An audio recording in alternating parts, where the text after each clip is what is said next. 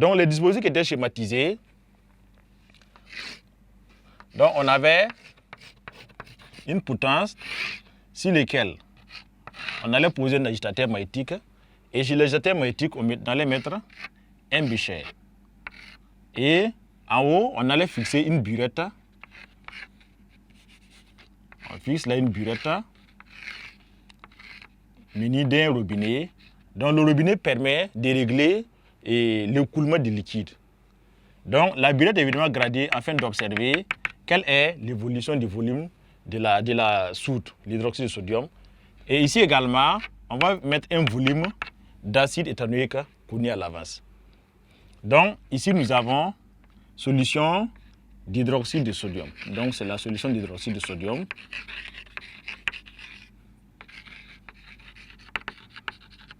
Et ici, nous avons la solution d'acide éthanoïque.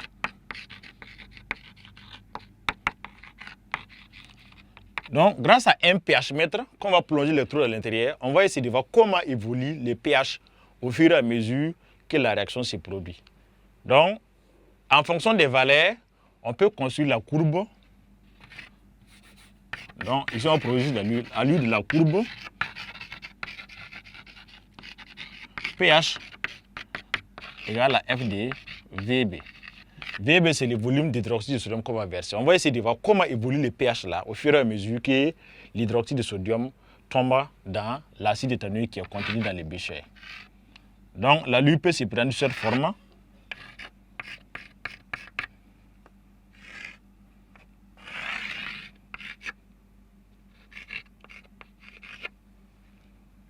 Alors, au départ, on va constater une petite inflexion.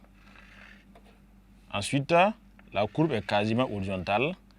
Et à un moment, la courbe croît fortement, puis avant de devenir de nouveau presque horizontale. Donc, voici un peu l'allure de la courbe qu'on peut avoir. Donc, au tout départ, on va constater une courbure au début. Voilà. Contrairement à ce qu'on a vu avec le dosage de l'hydroxyde de l'acide chlorhydrique par l'hydroxyde de sodium, au départ, on n'a pas constaté cette première courbure-là. Donc, la différence avec l'autre courbe, c'est au départ, il n'y a pas de courbure. Donc, ici, nous avons deux courbures. Une courbure qui est là, trois courbures, une courbure qui est là, une autre courbure qui est là et une première courbure qui est là. En mathématiques, donc, entre les courbures, entre les concavités, il existe ce qu'on appelle des points d'inflexion. Donc, on avait vu l'autre côté comment retrouver les points d'inflexion par la méthode des tangentes. Donc, le premier point d'inflexion sera logé à ce niveau ici. Et le deuxième point d'inflexion par la méthode des tangentes sera logé vers ici. Voilà. Donc, l'un des points d'inflexion, celui qui est en haut ici, là, on va constater que on va prendre un volume ici, 10 ml. Ici, pH 8,2. Alors, pour l'autre point d'inflexion, 5 ml et le pH 4,8. Donc, on constate d'abord que lors des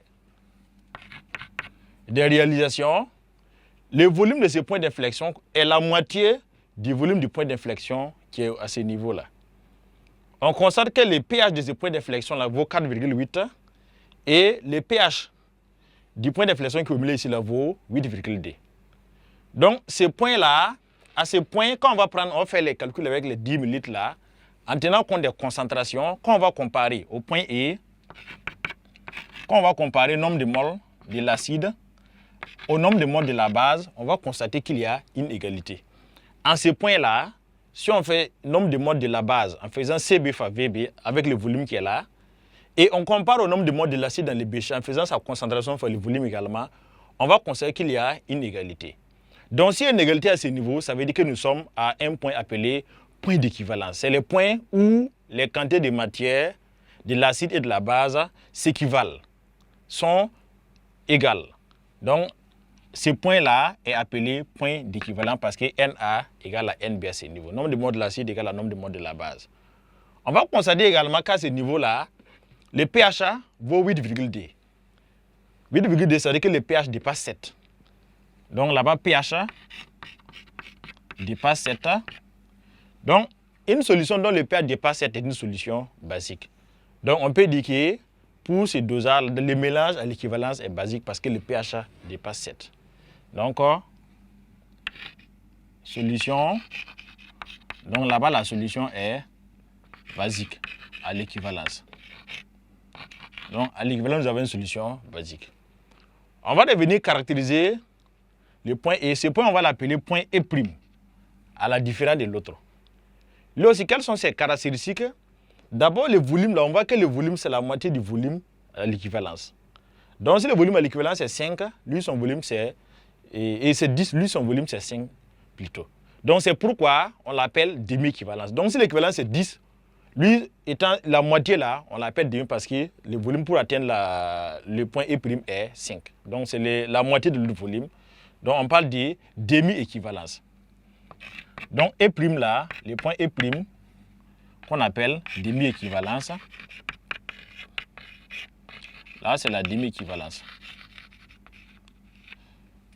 Donc, le point d'équivalence est caractérisé par le fait que Na égale à Nb, nombre de moles de l'acide égale à nombre de moles de la base. Et le pH là-bas dépasse 7, donc ce qui veut dire que la solution est basique.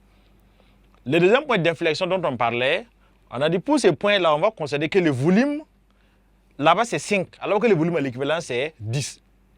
Donc, à partir des le volume c'est la moitié, c'est demi de l'autre volume.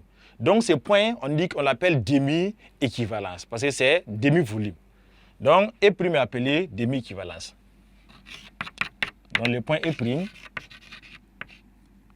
demi-équivalence.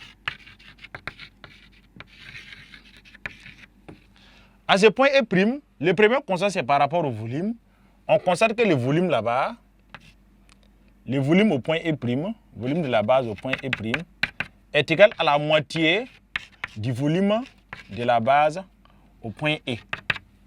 Voilà, donc le point d'équivalence du volume donne toujours la moitié du volume à l'équivalence. Autre constat au point de demi-équivalence, il y a le pH là-bas vaut 4,8. pH égale à 4,8. pH égale à 4,8, si vous vous rappelez bien, cela correspond au pKa. Au pKa du couple. Donc, cela est égal au pKa du couple acide éthanoïque bar ion éthanoate. Donc, à la demi-équivalence, on va considérer toujours, c'est une règle, pratiquement que le pH là, à la demi-équivalence est égal au pKa. Donc, si vous n'avez pas retrouvé, ça veut dire qu'il y a une erreur dans votre construction.